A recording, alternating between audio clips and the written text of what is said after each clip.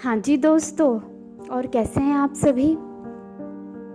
चलिए आज बात करते हैं वो कौन सी गलतियां हैं जो कि अक्सर काफ़ी सारे मंदिरों में की जाती है और काफ़ी सारे लोगों द्वारा की जाती है। इनफैक्ट उनको ये चीज़ की अवेयरनेस तक नहीं है कि उनसे ये गलतियां हो रही हैं। वो मंदिर जाते हैं कि कुछ पुण्य कर्म अर्जित हो, कुछ अच्छा हो लाइफ में, बट अनजाने में ही कुछ बड़ी बड़ी मिस्टेक्स कर लेते हैं और बदले में उनको फिर बहुत सारा दुख, पीड़ा, अशांति, पैसे की कमी, शादी में झगड़े, बहुत सारी विपरीत परिस्थितियों का सामना करना पड़ता है। और ये कुछ गलतियाँ ऐसी हैं जिसके बारे में उनको अवेयरनेस तक नहीं है, और इस बारे में मैंने अभी तक तो नहीं देखा। सब लोग ये ज़रूर बताते हैं क्या चीज़ करना चाहिए, पर कोई इस चीज़ के बारे में या इस मुद्दे पर बात ही नहीं करता है कि क्या चीज़ नहीं करना चाहिए। तो कुछ पॉइंट्स हैं जो आप लोगों के साथ में शेयर करना चाहूँगी। पॉइंट नंबर 1, ठीक है। देखिए, हमारे यहाँ के जितने भी मंदिर हैं, आप लोगों ने देखा होगा कि वो चारों तरफ से अक्सर खुले हुए होते हैं। सिर्फ जो गर्भगृह वाला स्थान होता है उसको ही पैक किया जाता है। बाकी पूरा एरिया लगभग अक्सर सभी देवी देवताओं के मंदिर में खुला रखा जाता है। आप लोगों ने कभी सोचा है ऐसा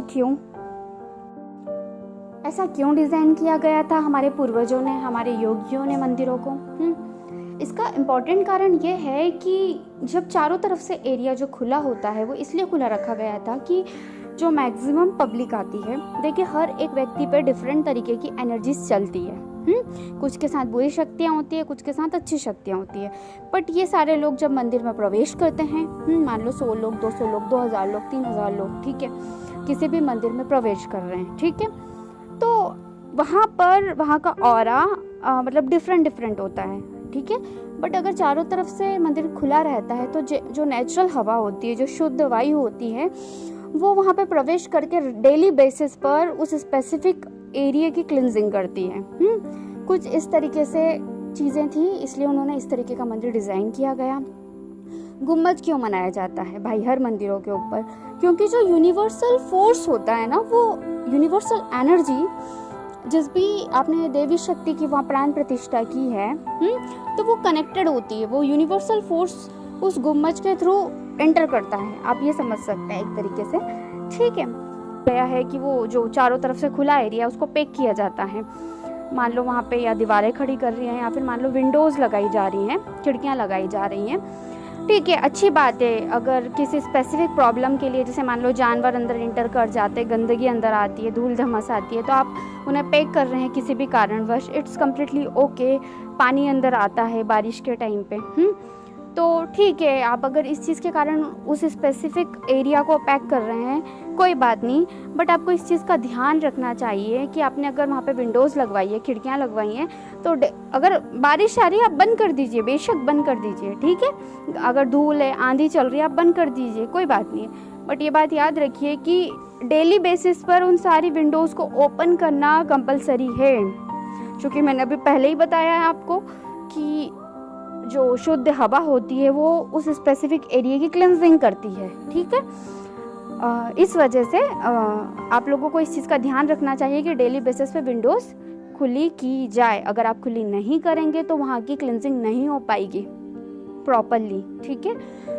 पॉइंट नंबर 2, आप लोगों ने देखा होगा कुछ योगी अक्सर मूर्तियाँ, जो गर्भगृह होता है, गर्भगृह के अंदर फैन चलाते हैं। काफ़ी सारे योगी आपने महात्माओं को देखा होगा जो गर्भगृह होता है, ठीक है, जैसे हनुमान जी का मंदिर है या मान के चलो और भी किसी देवी शक्ति का मंदिर है, वहाँ पे आपने देखा होगा काफ़ी सारे मंदिरों में जहाँ पे फ़ैन लगाया जाता है, ठीक है। दीवार पे फ़ैन लगाया जाता है। क्यों लगाया जाता है? क्योंकि गर्भगृह देखो चारों तरफ से पैक होता है, ठीक है। अब वहाँ पे चारों तरफ से तो ओपन किया नहीं जाता है, ठीक है। तो वो फैन लगाने के पीछे कंसेप्ट ये है कि वहाँ का जो उमस होता है गर्भगृह का, या फिर जो भी एनर्जीज हो जाती है, स्टक एनर्जीज हो जाती है वहाँ की, तो उसको क्लिंस करने के लिए वहाँ फैन लगाया जाता है, ठीक है। और जो कि आजकल वो भी नहीं की जा रही है। अगर कहीं कोई योगी आएगा ना, तो वो योगी आके वहाँ फैन ठोकेगा।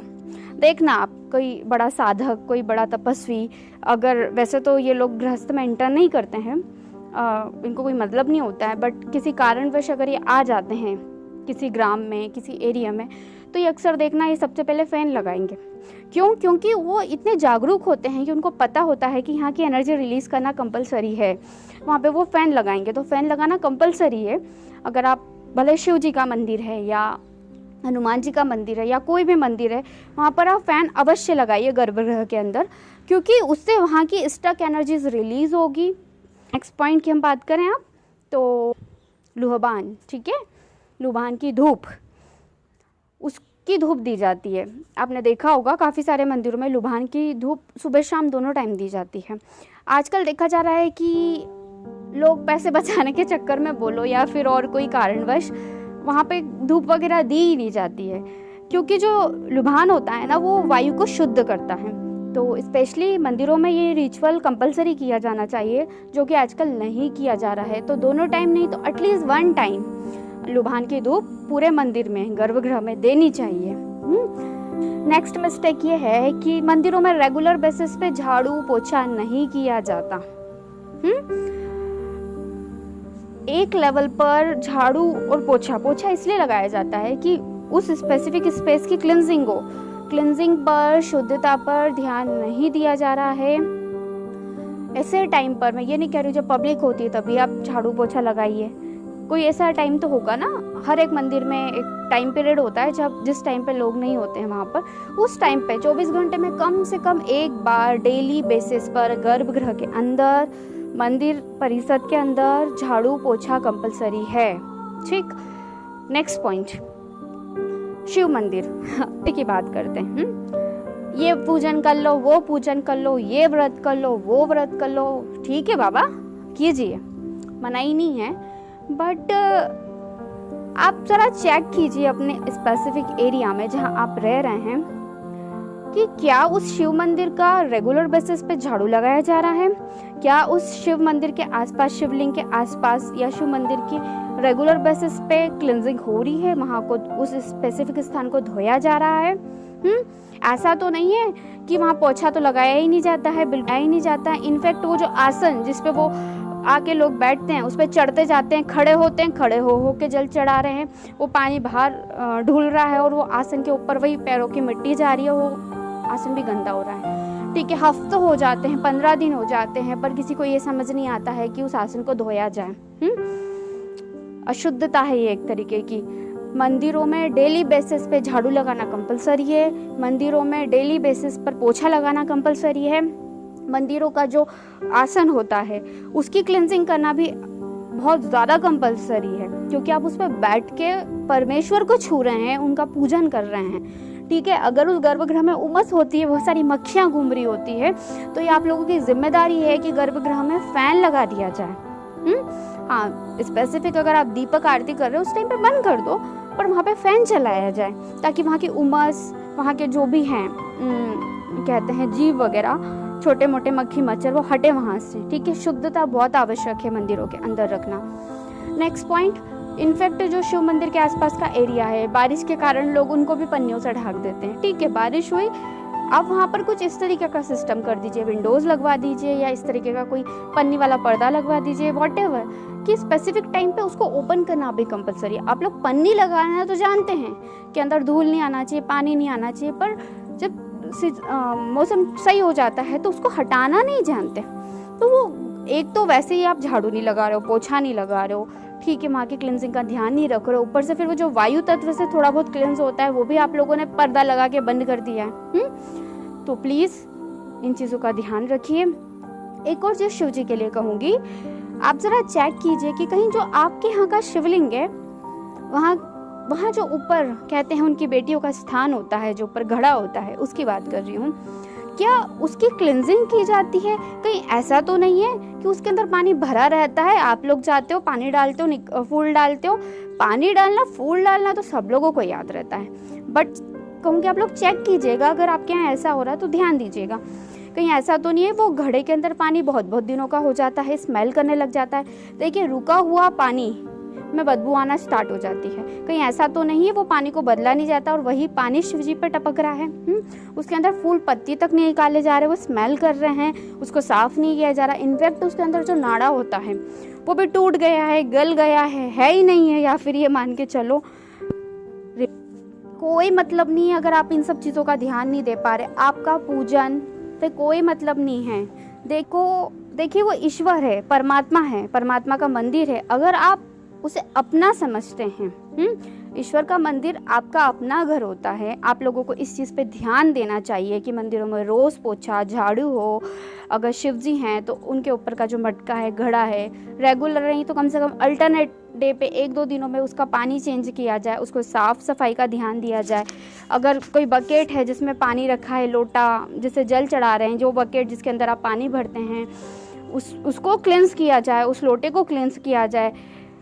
बिल्कुल भी क्लेंजिंग का ध्यान नहीं दिया जा रहा है। काफ़ी सारे ऐसे टेम्पल्स हैं जहाँ पर और मोस्ट इम्पॉर्टेंट मिस्टेक्स बताती हूँ, इन चीज़ों पे कृपा करके ध्यान दीजिए। और इम्पॉर्टेंट मिस्टेक्स बता रही हूँ।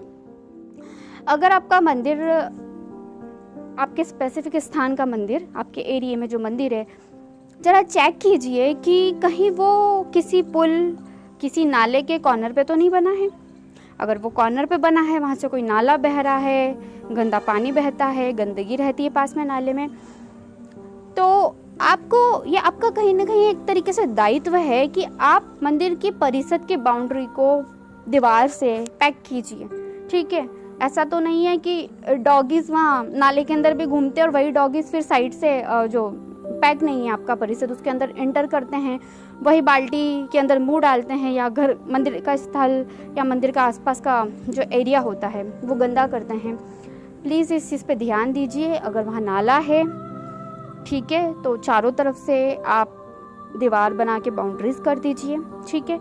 एक और इम्पॉर्टेंट पॉइंट, अगर आपको पता है आपके यहाँ डॉगीज़ बहुत सारे हैं तो आप अंदर गए, ठीक है, पूजन किया, बट आपको वहाँ की क्लिनजिंग का ध्यान भी रखना चाहिए। आपको तुरंत गेट भी लगाना चाहिए। आपको पता होना चाहिए कि यहाँ डॉगी से अंदर आएंगे, भगवान का घर गंदा करेंगे। आप इंटर हुए अंदर, तुरंत गेट लगा दो, बाहर जब निकल रहे हो फिर वापस से खोल लो। हाँ, देखिए, परमात्मा का घर हमारा घर होता है, वहाँ की क्लिनजिंग रखना हमारा अपना दायित्व होता है। तो ये हर व्यक्ति को ध्यान रखना चाहिए कि अगर वो मंदिर में एंटर कर रहा है और अगर वहाँ डॉगीज नहीं है, इट्स कम्प्लीटली ओके, खुला है, बट आपको पता है कि वहाँ पे डॉगीज एंटर कर रहे हैं जो कि पता नहीं नाली का पानी पीते कहाँ से और अंदर घुस रहे हैं, मंदिरों में घुस रहे हैं, जगहों पे घुस रहे हैं। प्लीज़, अशुद्धता मंदिरों में नहीं होनी चाहिए, इस चीज़ का ध्यान रखें। वैसे वीडियो बड़ा हो रहा है, अब इसको आगे मैं नेक्स्ट वीडियो में कंटिन्यू करूँगी। Thank you so much, lots of love and blessings to all. God bless you.